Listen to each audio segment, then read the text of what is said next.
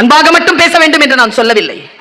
எந்த இடத்தில் அன்பாக பேச வேண்டுமோ அங்கே பேசி, எந்த இடத்தில் கண்டிக்க வேண்டும் அங்கே கண்டித்து, நான் ஒரு மிக ரகசியமான ஒரு ஆயுதத்தை உங்க கையில கொடுத்துட்டு போறேங்க.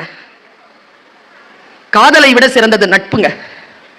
நட்பை விட சிறந்தது நம்பிக்கைங்க.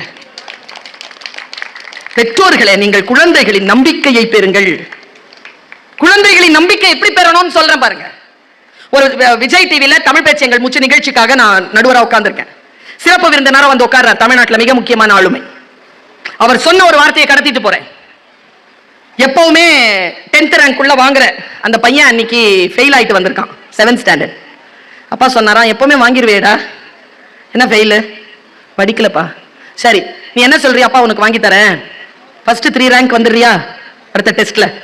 ட்ரை பண்றப்பா. ட்ரை பண்ணனா நீ என்ன கேட்கறியா அது உனக்கு தரேன்டா. அப்பா அந்த வயசுல அவர் என்ன கேட்டிருப்பார்? இப்போ அவருக்கு ஒரு 50-55 வயசு இருக்கும். சின்ன வயசுல என்ன கேட்டிருப்பார்? 3 ஸ்கெட்ச் பென் கேட்டிருக்காரு, 3 கலர். 7th ஸ்டாண்டர்ட், அவ்வளவுதானே இருக்கும். இன்னைக்கு இருக்கிற பிள்ளைங்க என்ன வேணுமான கேளுன்னா சொத்து எழுதி கேட்கும். ஆனா அந்த வயக்காடு வச்சிருக்கிறல்ல, பாட்டிப்பட்ட நகை வச்சிருக்கிறல்ல, அதை வித்து இது வாங்கித்தான்னு சொல்லும். 3 ஸ்கெட்ச் பென் கேட்டிருக்கான் அந்த பையன். போனா டெஸ்ட் எழுதுனா 3rd ரேங்க் வாங்கிட்டான். ரிப்போர்ட் கார்டு எடுத்துட்டு வீட்டுக்கு வந்திருக்காங்க. அவர் சொல்றார், நான் சமூக போராளியாக ஏன் இருக்கிறேன், நான் சத்தியத்தோடு ஏன் நிற்கிறேன் என்பதற்கு இது சாட்சின்னு சொல்லிட்டு சொல்றார். என்ன சொல்றார்? நேரா வீட்டுக்கு வந்திருக்காரு. அப்பா இல்ல. அவர் வரும்போது சனிக்கிழமை, அப்பா ஊருக்கு போயிட்டார். அப்பா புதன்கிழமை தான் வருவாருன்றது அம்மா. ஞாயிற்றுக்கிழமை வரைக்கும் ரொம்ப சோகமா இருந்தா, வேற வாய்ப்பே இல்லை. அம்மாட்ட போய் காட்டினானா, அம்மா ரிப்போர்ட் கார்டு. ஏண்டா எப்படா வாங்குது? நேற்று காலையில. ஏண்டா காட்டல நீ? அப்பாட்ட காட்டலான்னு இருந்தேம்மா. அப்பா சொன்னாருடா நீ வந்து ரிப்போர்ட் கார்டு வாங்கிட்டு வருவேன்னு. 3rd ரேங்க் வாங்கியிருக்க? அப்பா சொன்னாருடா, வா அப்படின்னு வீட்டுக்கு உள்ள கூட்டிட்டு போய் அப்பாவுடைய கபடை திறந்து 3 ஸ்கெட்ச் பென் உங்ககிட்ட கொடுக்க சொன்னாருடான்னு சொல்லிட்டு எடுத்து கொடுத்தானா அந்த அம்மா. என்ன நம்பிக்கை பாருங்களேன். பிள்ளை 3rd ரேங்க் வாங்கிறோன்னு அப்பா நம்புறார். தான் வாங்கினா அப்பா கண்டிப்பாக தான் செய்வதை செய்து காட்டுவார் என்பதனை நிரூபித்த அப்பாவுக்கு பையனாக அந்த பையன் இன்றைக்கு தமிழ்நாட்டில் மிக ஆளுமையான ஒரு குழந்தையாக வளர்ந்து நிற்கிறான். நம்முடைய ஒரு சிறு அசைவு. நான் யோசிச்சு பார்த்திருக்கேன். என் வீட்டுல எங்க அப்பா சொல்வாரு, போன் வந்துச்சு நான் சொல்வாரு, நான் இல்லைன்னு சொல்லும் பாரு, யார் பேசுறதுன்னு கேட்க சொல்லுவார். முதல்ல ஆரம்பத்தில் ரொம்ப சின்ன பிள்ளையா இருக்கும்போது. அப்புறம் அதுல இருந்தெல்லாம் வெளியில வந்துட்டார் அப்பா. என் வயதில்லை, நான் எதையெல்லாம் கற்றுக்கொண்டேன்னு யோசிக்கிறேன். நான் என்ன தெரியுமா செய்வேன்? போன்ல யார் பேசுறது? அப்துல் காதர் அங்கலா? யார் வேணும்? அப்படி பாப்பா அப்பா அப்படி பாரு. அப்பா அப்பா இல்லைன்னு சொல்றார். அடி வாங்கியிருக்கேன் நான். எங்க அம்மா உட்காந்து வெளியில பேசுறோம். இன்னைக்கு என்ன சமைச்ச சார் ஃபைசு? சிக்கன் வறுத்து கத்திரிக்காய் சாம்பார் வச்சேன். எனக்கு கத்திரிக்காய் சாம்பார் மட்டும் தான் வீட்டுலன்னு எனக்கு தெரியும், சிக்கன் வறுக்கலன்னு எனக்கு தெரியும். டாம்பிகத்துக்கு அம்மா சொல்லிட்டு இருக்கு பக்கத்து வீட்டுல. எனக்கு ஏன் சிக்கன் வைக்கலன்னு கேட்டிருக்கேன் நான். அடிச்சிருக்காங்க அம்மா 4 பேர் முன்னால. கடைசி வரைக்கும் குழந்தை. நான் யோசித்து பார்க்கிறேன், என்னுடைய விஷயங்களை நான் கீழே போட்டதே கிடையாது. வீட்டில் சூழல் எதுவாக இருந்தாலும் குழந்தைகளை ஆளுமையுடன் வளர்ப்பதற்கான, அடிச்சாலும் அது பெரிய அடி கிடையாது, அணைச்சிக்கிடுவாங்க, நாம் தைரியமாக நம் வீட்டில் சுற்றி கொண்டிருக்கலாம் என்கின்ற அந்த ஆற்றல். அதே நேரத்தில் நான் சத்தியத்தில் தான் இருக்கிறேன்னு அன்று இரவே அம்மாவும் அப்பாவும் நம்மை பாராட்டுவார்கள். நான் பொய் சொல்லாததற்கு என் அம்மா பாராட்டுவார், நான் பொய் சொல்லாததற்கு என் அப்பா பாராட்டுவார். பாராட்டு என்கின்ற ஒற்றை விஷயத்தை மனதில் கை கொள்ளுங்கள். நான் இப்படி சொல்றேங்க, உங்களுக்கு புரிய வேண்டும் என்பதற்காக சொல்லுகிறேன். நாம் பெற்றோராக இருக்கிறோம், ஆசிரியராக இருக்கிறோம், தொழிலதிபர்களாக இருக்கிறோம், வேலை எல்லாம் ஒரு புறம். இண்டிவிஜுவல் தானே நம்ம எல்லாருமே. நம்ம மனசு எதை தேடுது தெரியுமா? இதெல்லாம் ஸ்கூல் ஃபங்க்ஷன் இதெல்லாம் விட்டுடுங்க. நம் மனசு தேடுற ரொம்ப நுட்பமான விஷயத்தை சொல்றேன். சுதந்திரம். சுதந்திரமா இருக்கணும்னு நினைக்கிறோம். பெண்களுக்கு சுதந்திரம்னா என்னன்னு தெரியாது. நம்ம என்ன தெரியுமா நினைக்கிறோம்? எதையெல்லாம் தேவையோ அதையெல்லாம் பெறுவதுதான் சுதந்திரம் என்று நினைக்கிறோம். கிடையாது. எதையெல்லாம் தேவை இல்லையோ, எதையெல்லாம் நமக்கு வேண்டாமோ அதன் பக்கத்தில் போக விருப்பப்படாமல் இருக்கிறோம் பாருங்க, அதுவும் சுதந்திரம் தான். தேவையில்லாதவற்றை திணிக்க முடியாத சூழ்நிலையில் நின்றால் ஒரு பெண் சுதந்திரமான பெண்ணாக இருக்கிறாள்.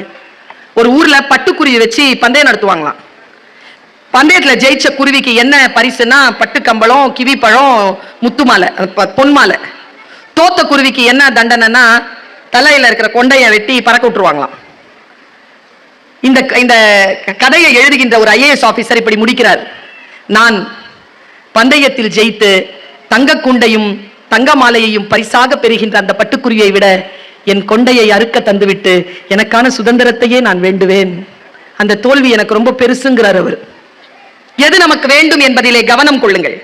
குழந்தைகளிடத்தில் பேசும்போது கொஞ்சம் இமோஷனலா, கொஞ்சம் இன்டெலெக்டா, கொஞ்சம் வலியோடு கலந்து பேசுங்க. நம்மில் பல பேர் அதை செய்யறதே இல்லை. உயிர்களுக்கு எவ்வளவு எவ்வளவு உறுதி இருக்கு தெரியுமா? உயிர்கள் ரொம்ப உறுதியானதுங்க. ஆனால் எவ்வளவுக்கு எவ்வளவு உயிர்கள் உறுதியானவையோ அவ்வளவுக்கு எவ்வளவு அவை மென்மையானவை. நடந்த ஒரு செய்தியை சொல்றேன். குழந்தைகள் கிட்ட பேசும்பொழுது கவனம். கணவன் மனைவியிடம் பேசும்போது கவனம். மனைவி கணவனோடு பேசுகின்ற பொழுது கவனம். அம்மா அப்பா பேசிக் கொள்ளுகின்ற பொழுது கவனம். இந்த அம்மா, இந்த தாய், இந்த டீச்சர் ஒரு ரிக்வெஸ்ட் கொடுக்கிறேன் உங்களுக்கு. முடிஞ்சா அதை பேணிக் கொள்ளுங்கள். பிடிஏ மீட்டிங் கூப்பிட்டா அம்மா அப்பா 2 பேரும் சேர்ந்து வாங்க. அம்மா மட்டும் அனுப்பாதீங்க, அப்பா மட்டும் அனுப்பாதீங்க. 2 பேரும் சேர்ந்து வாங்க. 2 பேர் சேர்ந்து வந்தாதான் உங்கள் வார்த்தைகளில் எங்கே எங்கெல்லாம் பிழை நடக்கிறது என்று நீங்கள் தெரிந்து கொள்ளலாம். ரொம்ப நுட்பமான ஒரு விஷயம் நான் சொல்லிக் கொண்டிருப்பது. ஒரு வீட்டுல வந்து ஒரு 2 நாய் வளர்த்திருக்காருங்க ஒருத்தர். எவ்வளவு மென்மையானதுன்றதுக்காக சொல்றேன். கமலா ஹாரிஸ் போல ஏதோ ஒரு சொல் உங்களுடைய குழந்தையினுடைய வாழ்க்கையை மாற்றிவிடும். ஒற்றை சொல் மாற்றிவிடும். ஏன்னா மூளை அப்படி இருக்கும். அந்த அந்த இடத்துக்குள்ள இருக்கக்கூடிய நியூட்ரான்லாம் அப்படி வேலை செஞ்சுட்டு இருக்கும். அந்த டைம்ல என்ன சொல்லப்படுதோ அது போய் அங்க உட்காந்துக்கும். கவனம். அது எந்த பொழுதுன்னு நமக்கு தெரியாது. பூசணி போய் எப்பொழுது மலரும் என்று யாருக்கு தெரியும் என்பான் ஒரு ஜென் கவிஞன். அது எப்பொழுதும் மலர்ந்து இருக்கலாம் என்பான். அப்படி மலர்வதுதான் வாழ்க்கையில. நான் மாநகராட்சி பள்ளிக்கூடத்துல தான் படித்தேன். இன்றைக்கு 31 நாடுகளுக்கு மேல் பயணம் செய்கிறேன். பெரிய பேச்சாளராக இருக்கிறேன் என்றால் என் மனதை மலர்த்திய அந்த வினாடி எது? எங்க அந்த ஆளுமை எனக்கு கிடைச்சது? சத்துணவு சாப்பிட்டு வளர்ந்த பிள்ளை நான். இன்றைக்கு என்னுடைய வாகனம், என்னுடைய வீடு, என்னுடைய குடும்பம்னு என் பிள்ளையை நான் வந்து BA LLB ஆனர்ஸ் படிக்க வச்சு அப்படி நிறுத்தி வச்சிருக்கிறேன். எப்படி முடிஞ்சது? எது மலர்த்தியது என்னை? என்னை எது மலர்த்தியதோ அதை விட ஃப்ரெஜைலான விஷயங்கள் உங்கள் குழந்தைகளை மலர்த்திவிடக் கூடும். கவனம். 2 நாய் வளர்த்தார் ஒருத்தர். நல்ல பெரிய நாய், செல்வந்தர். வாக்கிங் அப்படி கூட்டிட்டு போவார். சிங்கம் மாதிரி சிலுத்துக்கிட்டு வரும் அது 2. ஒரு திருடன் பார்த்துக்கிட்டே இருந்தான். இந்த செல்வந்தர் வீட்டுல கையை காட்டணும் முடிவு பண்ணி செல்வந்தர் வீட்டுக்கு வந்தான்.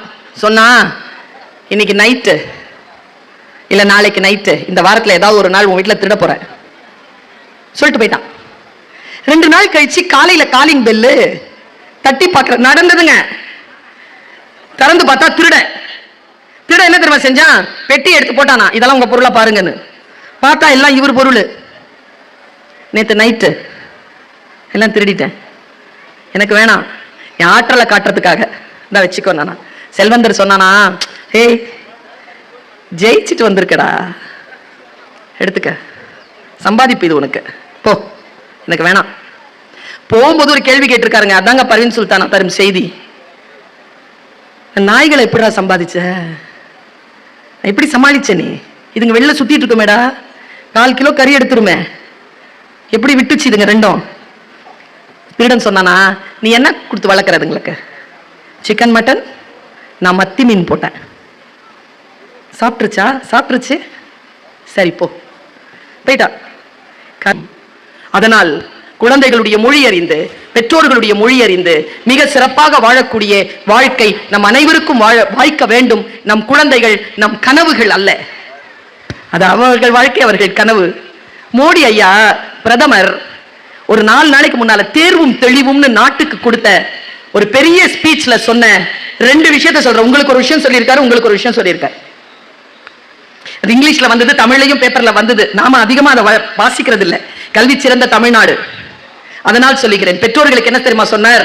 குழந்தைகளுடைய ரிப்போர்ட் கார்டு உங்களுடைய விசிட்டிங் கார்டு கிடையாது. Don't show it as your visiting card. குழந்தைகளுக்கு சொன்னார், ரீல்ஸ்களை அதிகமாக பார்க்காதீர்கள். 2 விஷயத்தை மட்டும் சொல்றார். ஒரு 10 கட்டளைகள் கொடுத்தார், 15 கட்டளைகள் கொடுத்தார். 2 விஷயத்தை சொல்றேன். பெரியவர்களுடைய சொற்களை கேட்டுக்கொள்ளுங்கள், காது இருக்கின்றவர்கள் கேட்டுக்கொள்ளுங்கள் என்கிறது பைபிள். செல்வத்துள் செல்வம் செவிச்செல்வம் தான். அதனால் எது வாழ்க்கைக்கு தேவையோ அந்த வார்த்தைகளை சரியாக புரிந்து கொள்வோம் என்று சொல்லி வாய்ப்பளித்தமைக்கு நன்றி.